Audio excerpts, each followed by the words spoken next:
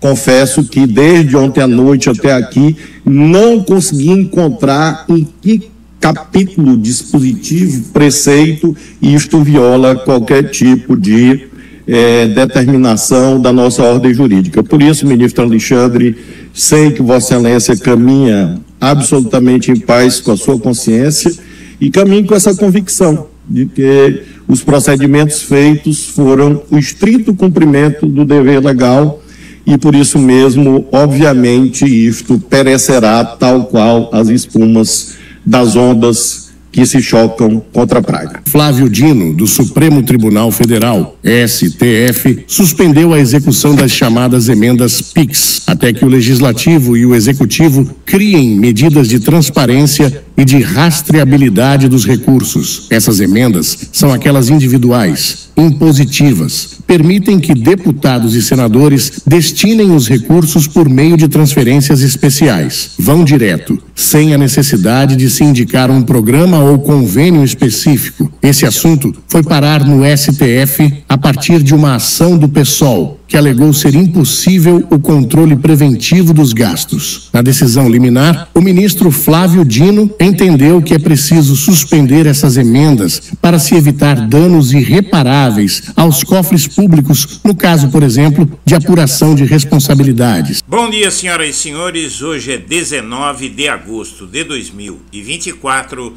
são 8 horas da manhã. A aliança entre Bolsonaro, Folha de São Paulo, Estadão e a maioria da Câmara dos Deputados acaba de tomar uma surra do segundo indicado de Lula ao STF. Foi penosa a escolha de Flávio Dino para o Supremo. Aliados e opositores se perfilaram contra a indicação de Lula, mas Dino já começa a mostrar por que Lula o indicou. O ministro liderou o levante do STF, do governo e da Procuradoria-Geral da República a favor de Alexandre de Moraes, com argumentos fortes contra a matéria bolsonarista da Folha de São Paulo, tirou do Congresso o poder de não negociar com Lula por não precisar de seu aval para receber emendas ao orçamento e agora começa a desmontar a negociata de Arthur Lira com planos de saúde.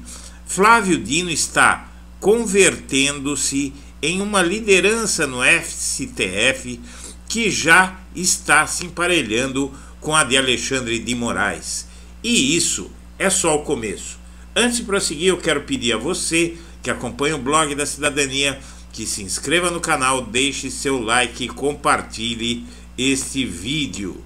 Esse post de uma tuiteira aí deixa muito claro por que é que Flávio Dino já está explicando, inclusive aos setores da esquerda, por que Lula o indicou. Lula abriu mão de promover uma homenagem, mais uma das suas grandes homenagens ao povo negro, às mulheres, que ele poderia ter feito ao indicar o segundo ministro do STF.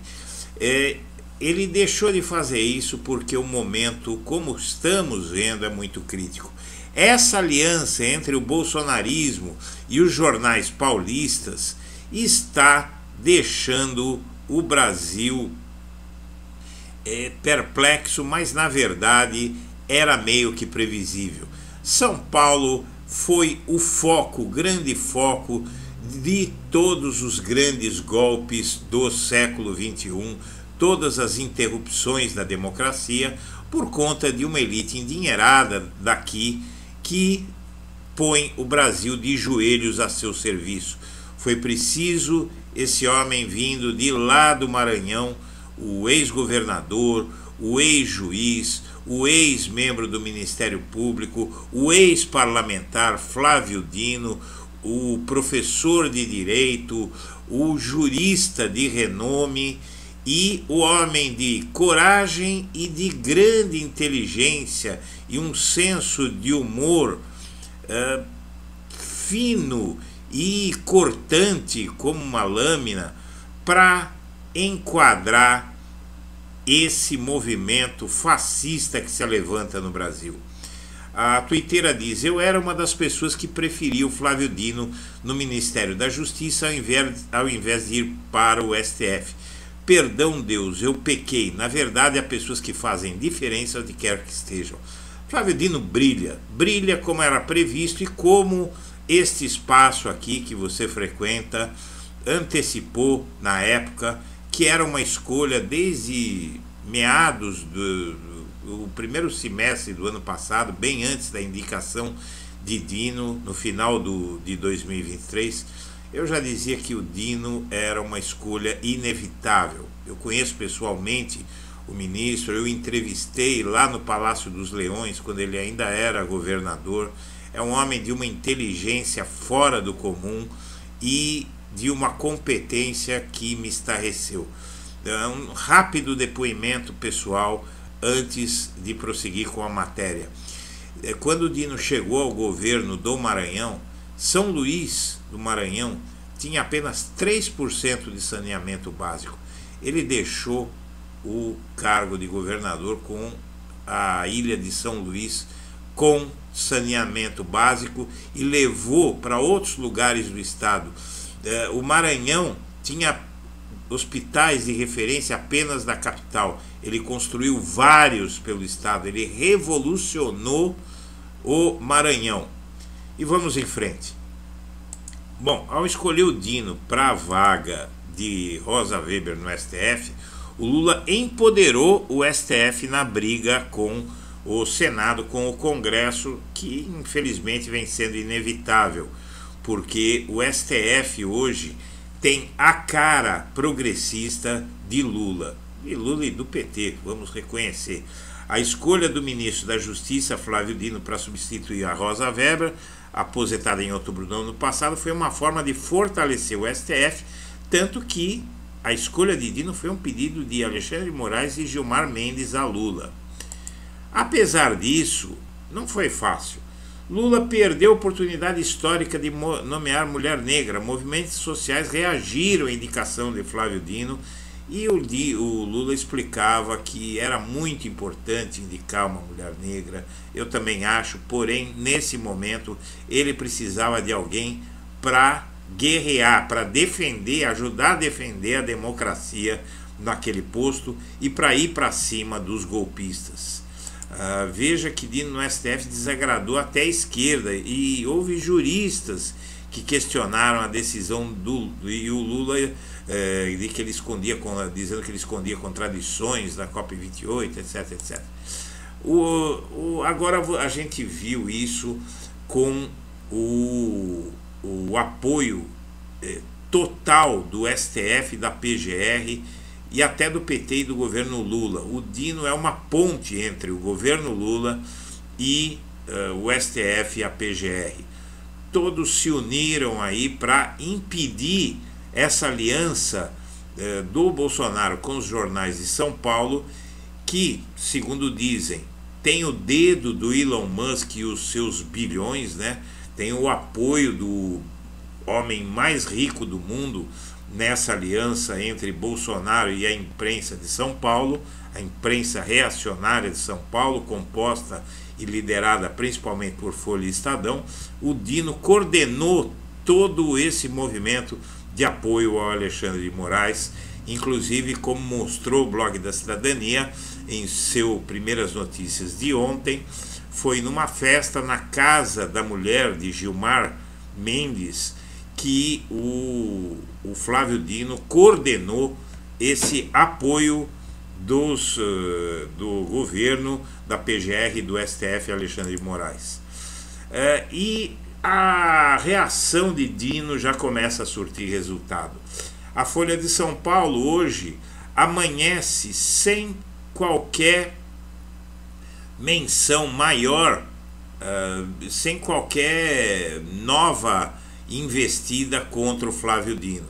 A Folha traz apenas uma coluna opinativa aí de uma colunista direitinha.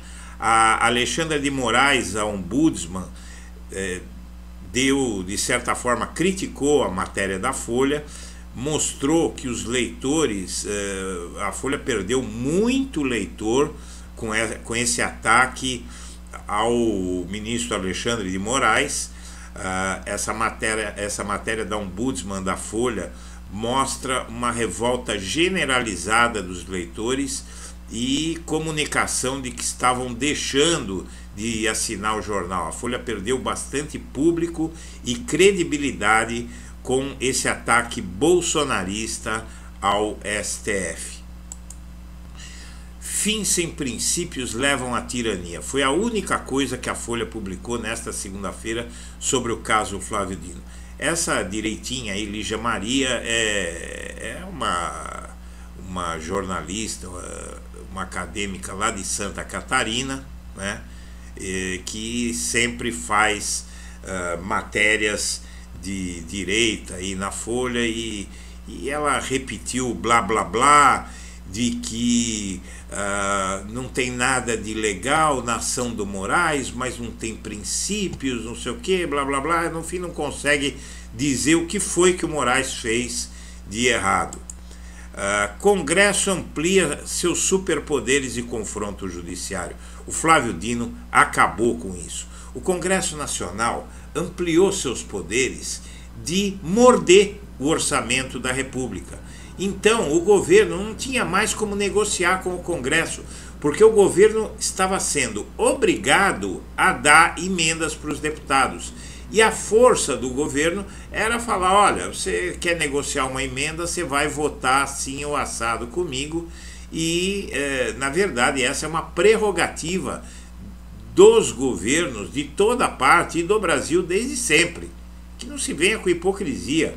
Os governos, todos os governos do Brasil, do pós-redemocratização, depois da ditadura, usaram o orçamento para conter os ímpetos canibais dos deputados e senadores em cima do orçamento, não é?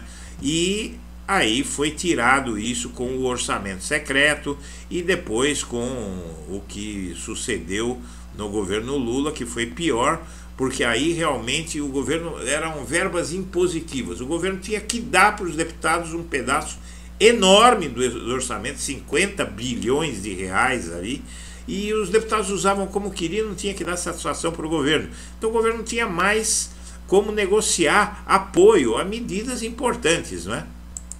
Como o PAC, por exemplo, que foi sangrado. O Programa de Aceleração do Crescimento foi sangrado.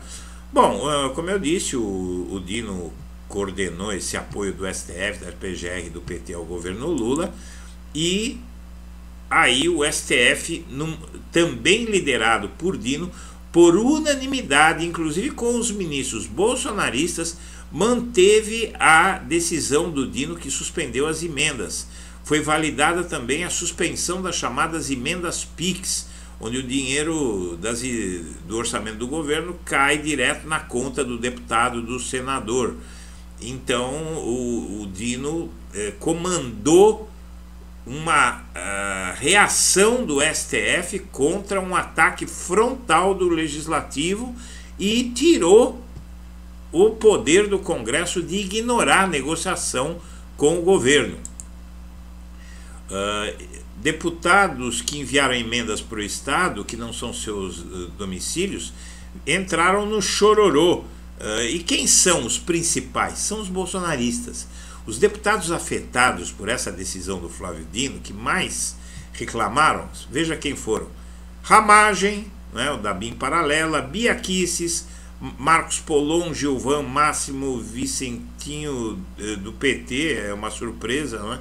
Vinícius Gurgel, destinaram verba para municípios de estados pelos quais não se elegeram. E o Dino suspendeu o pagamento obrigatório de emendas do Congresso de uma forma que enquadrou o bolsonarismo, como eu já disse, e o STF acionou um detonador no jogo de forças entre o governo e o Congresso. A decisão do Dino mexeu com emendas que revolucionaram regras de governabilidade há quase uma década. Então, há quase 10 anos, no fim do governo Dilma, o Eduardo Cunha conseguiu criar essas emendas parlamentares impositivas E a partir dali a Dilma perdeu o poder, o Temer era um homem do Congresso, para ele era mais fácil negociar, e o Bolsonaro conseguiu eleger metade do Congresso Nacional ali, uma força muito grande no Congresso, né? Então para ele era mais fácil. Mas para o Lula ele estava praticamente de joelhos diante do STF, e uma jogada do Flávio Dino mudou essa situação. O Lula estava na mão do Congresso. Agora o Congresso vai ter que negociar com o Lula. O governo quer negociar o fim das emendas de comissão no Congresso em troca de modelo PIX turbinado, blá blá blá. É um blá blá blá do Estadão, essa invenção aí de modelo PIX turbinado. Mas a verdade é que o Lula vai negociar com o Congresso, mas o Congresso vai ter que negociar com o Lula para ter dinheiro na mão. E aqui tem uma notícia muito importante, viu? A decisão do STF, que suspende emendas impositivas, beneficia o Executivo. O Judiciário paga a conta porque os deputados congelaram as verbas para o Judiciário, mas tem vida curta, porque metade do Congresso está respondendo a ações no STF. Então isso é uma bobagem, não é? Mas mostra que o STF ajudou o governo, tirou o governo do cativeiro em que era mantido pelo Congresso. O STF deve se reunir nesta semana com representantes do Congresso para discutir as emendas, também para obrigar o Congresso a negociar. O Congresso vai ter que negociar. E essa história aí de querer aprovar PECs que tiram poder do STF, por exemplo, em retaliação, o Congresso, o Lira, ele criou uma emenda à Constituição, ele botou em votação, na verdade, uma emenda à Constituição que permite ao Congresso, à Câmara dos Deputados, reverter decisões do STF, coisa que não existe em lugar nenhum do mundo. Isso é coisa de ditadura. Em qualquer democracia, o Poder Judiciário, a cúpula do Poder Judiciário, a última instância do Judiciário, tem poder para barrar qualquer coisa. Inclusive essa história aí dessa PEC, ela seria barrada porque é inconstitucional. Ela afeta a divisão de poderes, né? Bom, o Lula reuniu ministros e líderes do governo após o STF suspender emendas impositivas, porque agora o governo tem uma outra situação. E o Dino, que não para, agora cobra explicações do Lira por não abrir a CPI dos planos de saúde. O ministro do STF deu prazo de 10 dias para que o presidente da Câmara justifique por que a comissão não foi criada, mesmo a aprovação de mais de 300 deputados. Por quê? Eu vou dizer por quê para você. Porque esse sujeito, assim como outros presidentes da Câmara, ele negocia com os planos de saúde. Então os planos de saúde começaram a cancelar. Eu tenho uma filha, pessoal, que é especial, né? Tem uma deficiência, uma filha de 25 anos, minha quarta filha, ela é acamada, ela tem home care, que é UTI em casa, que o plano de saúde tem que dar. E as famílias estão perdendo planos de saúde, pessoas, crianças, idosos, gravemente doentes.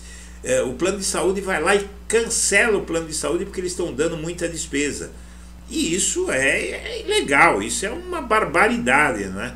E aí o Congresso, um deputado pediu a uma CPI para enquadrar os planos de saúde, encostou os planos de saúde na parede, aí o Lira vai lá e engaveta a CPI para ajudar os planos de saúde. Evidentemente que alguma coisa ele ganhou com isso, né? O Dino puxou o tapete dele de novo, porque o Flávio Dino está só começando a mostrar a que veio. Bom, aliados de Bolsonaro largam atrás em 5 capitais entre os evangélicos.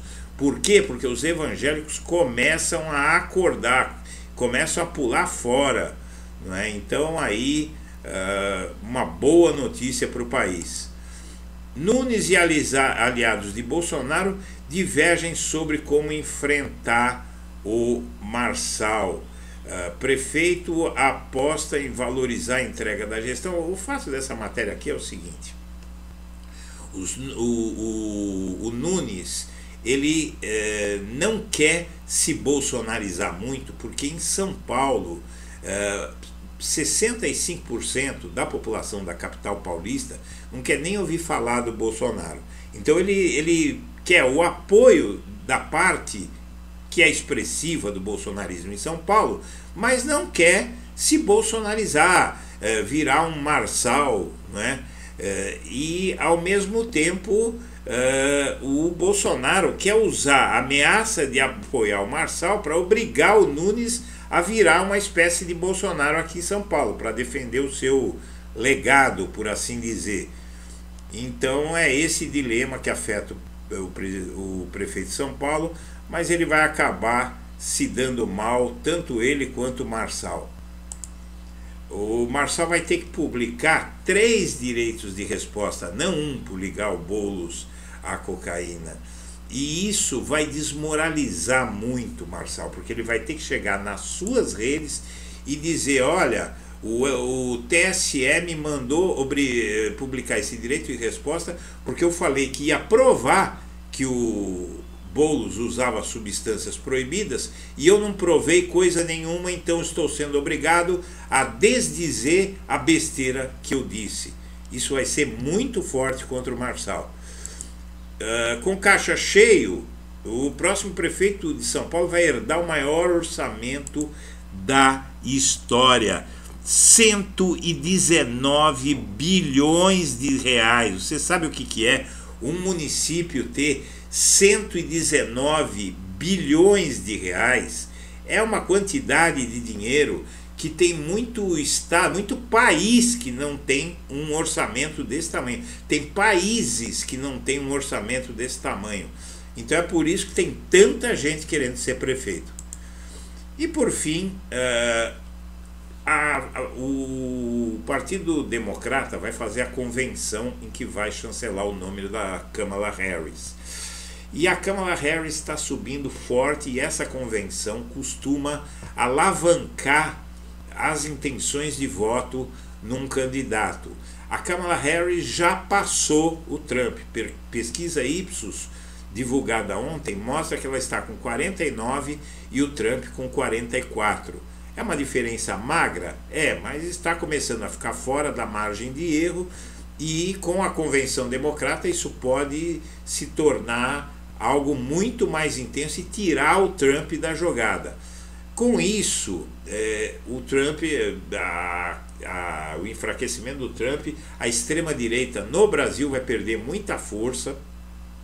E o que está acontecendo nos Estados Unidos é o seguinte: aquele atentado contra o Trump, eu falo atentado na orelha do Trump, né? Aquilo ali não está convencendo. Pode até ser verdade, tá? Pode até ser verdade, não há provas que seja uma farsa, mas a população não está acreditando, ou então quem acredita que aconteceu acha que o Trump exagerou, ele transformou um episódio ali de um maluco tentou acusar os adversários por uma ação isolada de um maluco que inclusive é filiado ao partido dele, e aí acabou a vitimização do Trump e ele perdeu credibilidade. Senhoras e senhores, eu agradeço a atenção e deixo meu abraço para todo mundo.